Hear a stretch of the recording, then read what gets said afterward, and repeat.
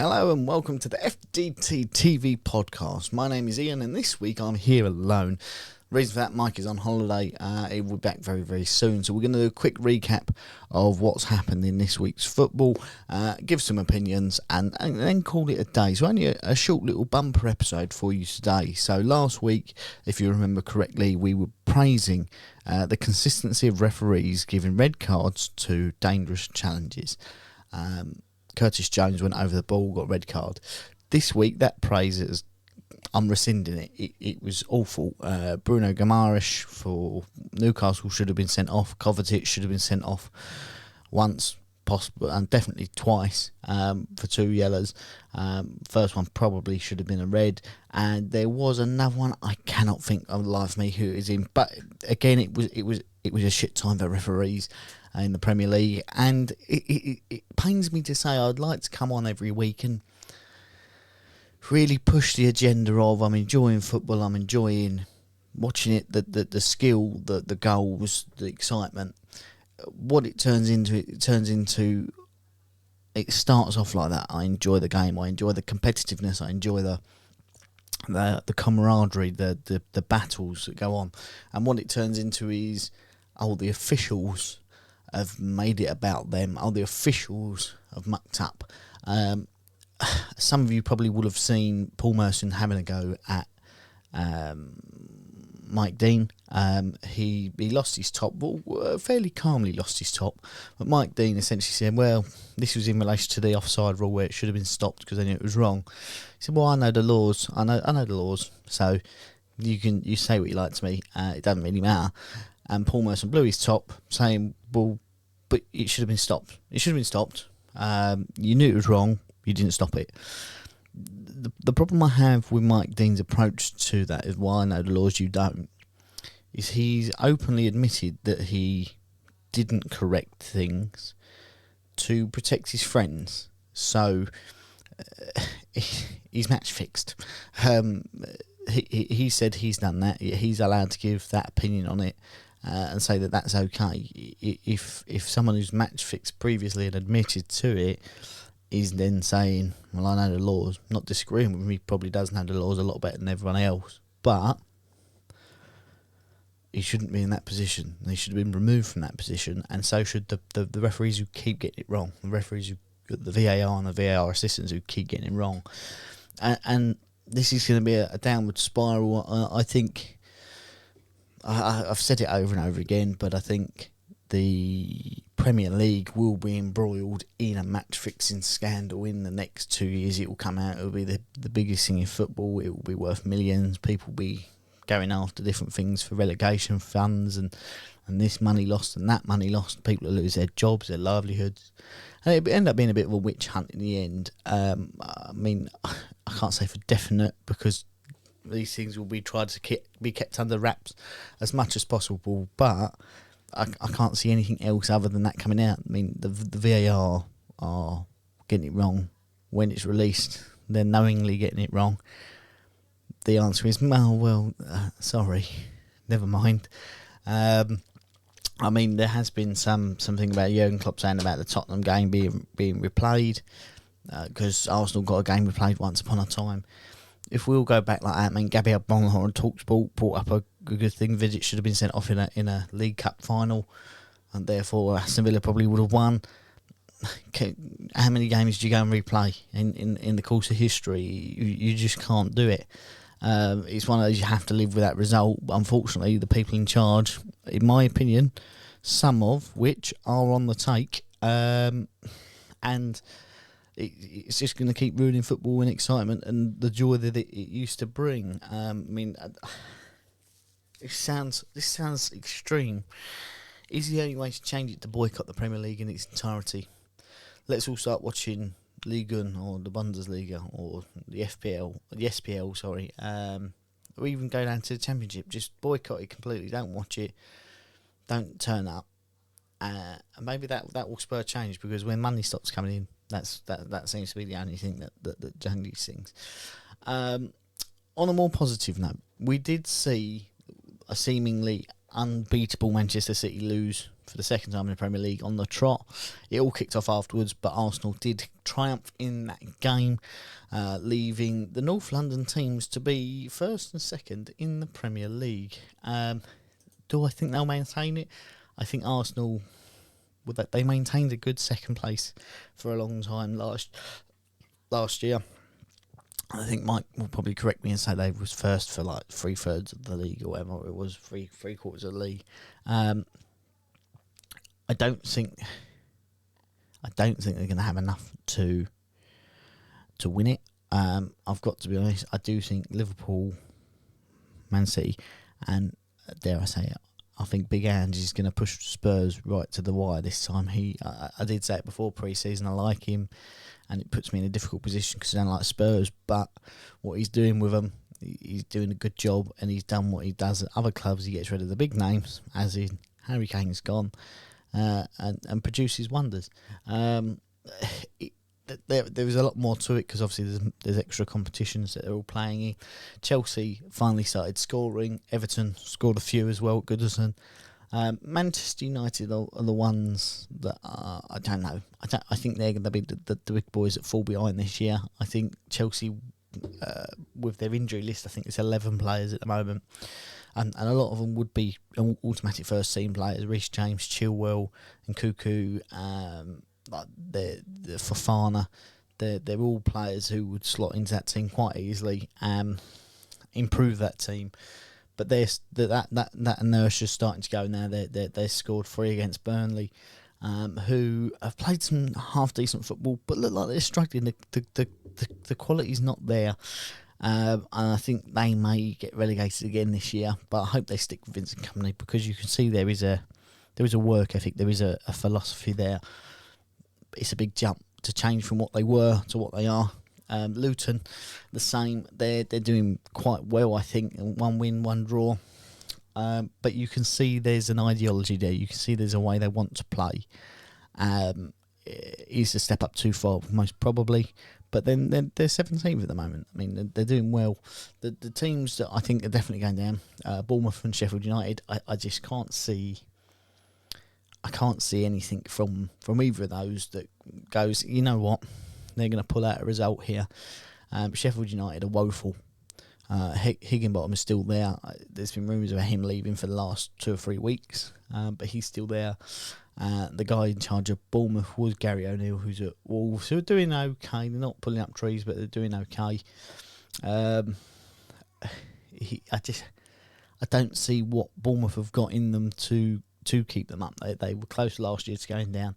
So I think it's going to be Sheffield, Bournemouth, and then either Burnley, Luton or Everton. Brentford obviously are on there the same points as Everton and Brentford at the moment, but I think that'll be alright. I mean, they've got Ivan Toney to come back. He will score goals. They've got rid of David Raya as well, obviously at Arsenal, playing at the other end of the table.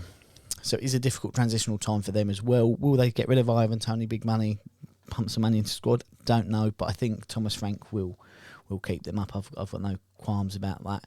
The other end, the surprise for me is Brighton. Obviously, got rid of McAllister, got rid of Moise Caicedo, got rid of a few people, but Mitoma's really stepped up this year. And some of the other people who've been in the team for a while, Pascal Gross, I think was the other one who probably should have got red. Pascal Gross, Solly March, they've all stepped up and they're doing really well. And West Ham, I didn't anticipate us for a million years pushing up there, but I will touch on it briefly. I think getting rid of Declan Rice, as much as I liked him as a player, I liked the fact that he was coming through West Ham. He took over from Noble and will go on to be one of the best defensive midfielders in the world.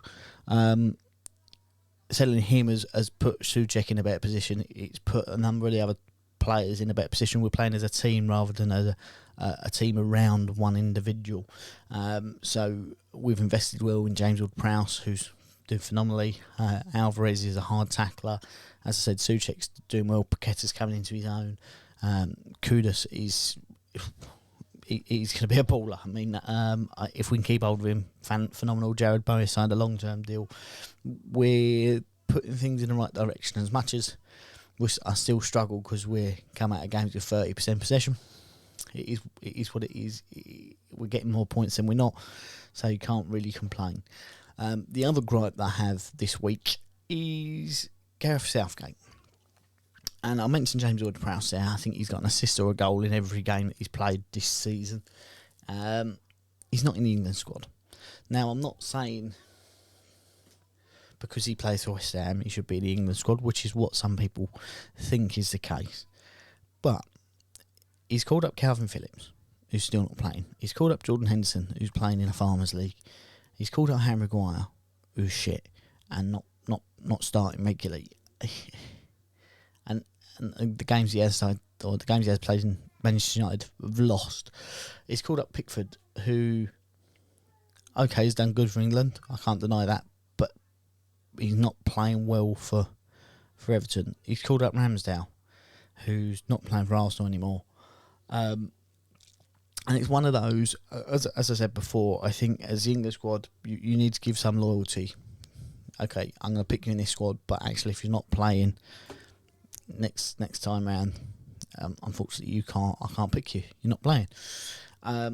It pains me that we're going into another championship at the end of the season.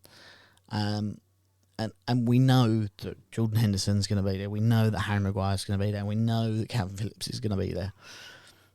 And they're not playing, or they're playing in a really shit league. Rather than picking the players who are performing well, who are playing regularly, and deserve that shot. I mean, Nick Pope should be England's number one. There is no doubt about that. Aaron Ramsdale, I think, is our second best keeper. But again, he's not playing. So by my own rules, if he doesn't start playing again, I would drop him, because there are other players, there are other goalkeepers in the league, in the championship, who are playing very well, that don't get the opportunity over the players that are sitting at a big club and are playing. I think we will end up winning, obviously, the games that we're playing, because they're really easy games. So who have we got? The fixtures are, we're playing Australia and Italy. So, I mean, the Australia one is a friendly. We'll batter Australia. If we don't, then something's really gone wrong. Italy will be a bit more of an interesting game. But again, they've dropped off since they last beat us. I don't think they're gonna pull up any trees and beat us. So it's a case of it's another nothing game. He's a Euro qualifier. I don't understand. I don't understand Gareth Southgate. He's gonna. My opinion is, my pick would be, we're gonna go out of the group stage this Euros, because he's gonna pick those players that are shit and that are not playing, and that's gonna be the end for England. It's a case that we need to push on. We need to change things. We haven't won. Yes, he's done well. We've got to final and semi-final, but we haven't won. So change it. If you'd won all three and then picking those same people, then I would go, do you know what? I'll give him his due. He's won, but he hasn't won. He's won nothing. You would think that being the most, and this is a bit that frustrates me. He's touted as the most successful England manager since we won the World Cup. And what he's done by that is he sort of met expectation of, we need to get to the latter end of tournaments. He's not won anything, but with that reputation, he should have been touted by clubs to come and take his services and go bring success to our club. The reason he hasn't is no one wants him.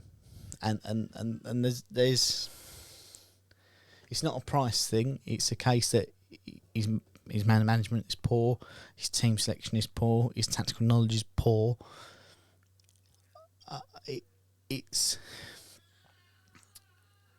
a case. Look at his club record. He was shocking at club level, and no one wants him.